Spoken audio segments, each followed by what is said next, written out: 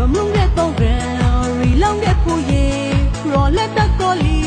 လိုက်တိုက်ပူပြတော့ရခိုင်တပ်လေးရိုရာတန်ပို့ထားရမယ်နဲ့တတိပြဆောက်ဆောင်နေဖရာရီဆိုခဲ့တဲ့အိုးပြောပါစီရောလက်နိုင်ပါစီ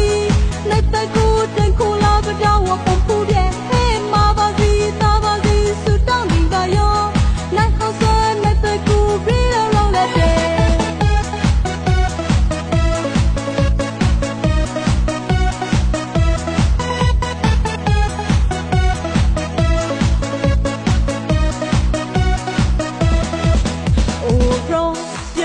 ပါကခါတော့ရဲအိုခမောစရာလေးကောင်းရတဲ့အချိန်ခါလာက